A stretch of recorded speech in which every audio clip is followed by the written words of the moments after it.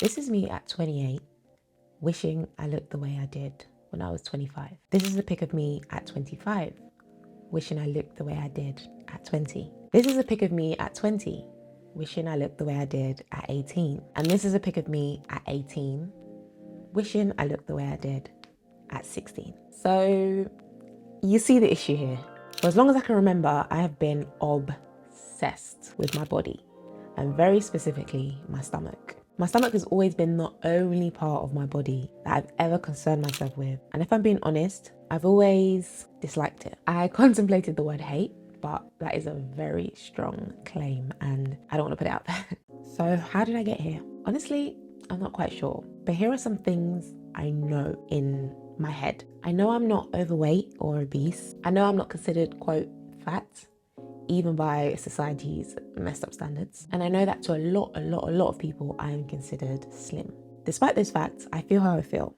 And I don't really talk about it often, openly, because I'm glaringly conscious of being that annoying skinny girl who calls herself fat for attention. When in fact, the attention or seemingly encouraging and outraged rebuttal I get for even making such a statement actually makes things worse in my head. My thoughts go to, oh my gosh, I'm a fraud. Oh my gosh, people think I look a certain way, but if I lifted up my baggy shirt or if I pulled down my high-waisted pants, they would know the truth. Oh my gosh, I sound crazy. Oh my gosh, I sound delusional. Oh my gosh, they don't get it. And the more I try to explain it, the sadder I sound. And then if I'm really going for it, I go into this whole spiel about how skinny fat, quote, is a thing and how it's possible to be slim with a high body fat percentage and that I don't have all the curves like the hips and the bum to justify or make up for having belly rolls or back fat. It's all very problematic.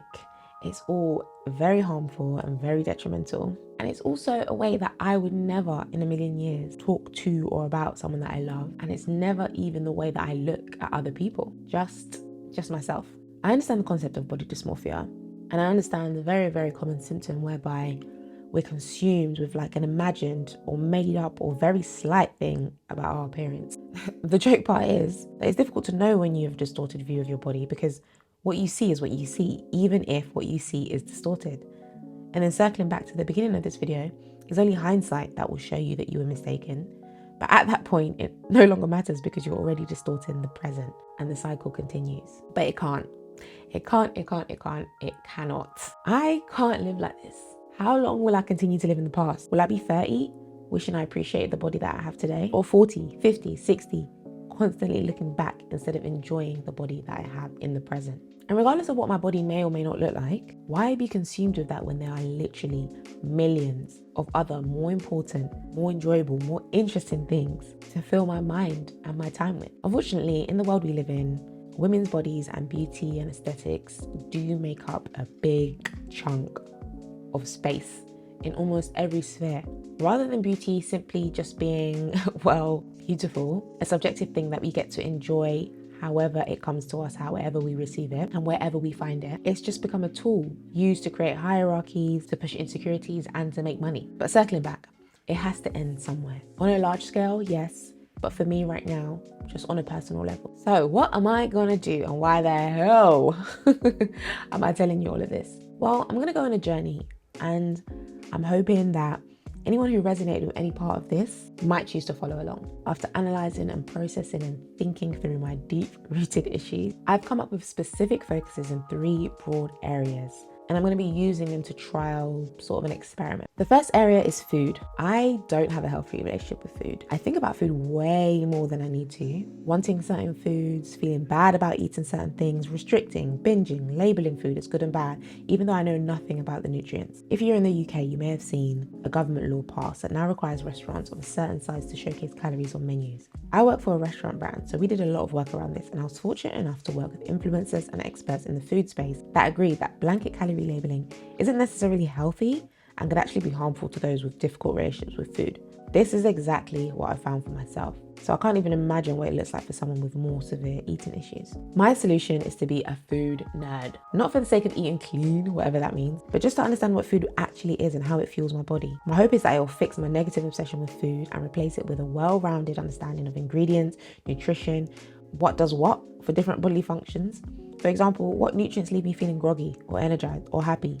What does eating a burger actually do? Because I guarantee it's not going to be as disastrous as my brain has made up. What happens when I consume a lot of salt before my period? Why are some periods more painful than others? I know and I believe that these answers can be found in food. And I want to build a calm, friendly relationship with food. One that places food above simply, is this going to make me fat? The second area is fitness. Basically everything I said about food, but make it fitness. I want to work out because I understand the benefits of being strong and mobile, and not just because I hate my body.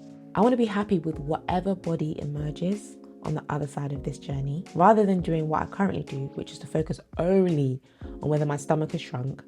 And as a result, I ignore the fact that my legs are stronger or that my heart is healthier. And finally, I want to really understand the human body. Like, is my obsession with abs even reasonable? Is the body fat percentage required even healthy for a woman like me who wants to have kids soon? Is a fupa necessary since, I carry all these organs in there and they need to be protected? Why am I even concerned with my stomach running smoothly and seamlessly into my pelvic area?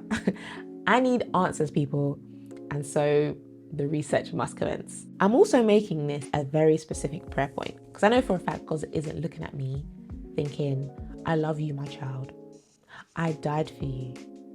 But hear me out. You need to sort out that belly root, boy. That's not the case. And so why am I thinking about myself that way? This journey may not include like specific findings. I'm not turning this channel into a fitness and nutrition channel, but I will share my thoughts and I will vlog the journey. I will share my revelations and stuff, sprinkled with any useful facts I may find, because you know me. So join me. Drop a comment below if you relate in any way, if you have any tips, any advice, I'm all ears. Check out other videos I've done on body image and beauty standards. And as always, thank you so much for watching. See ya.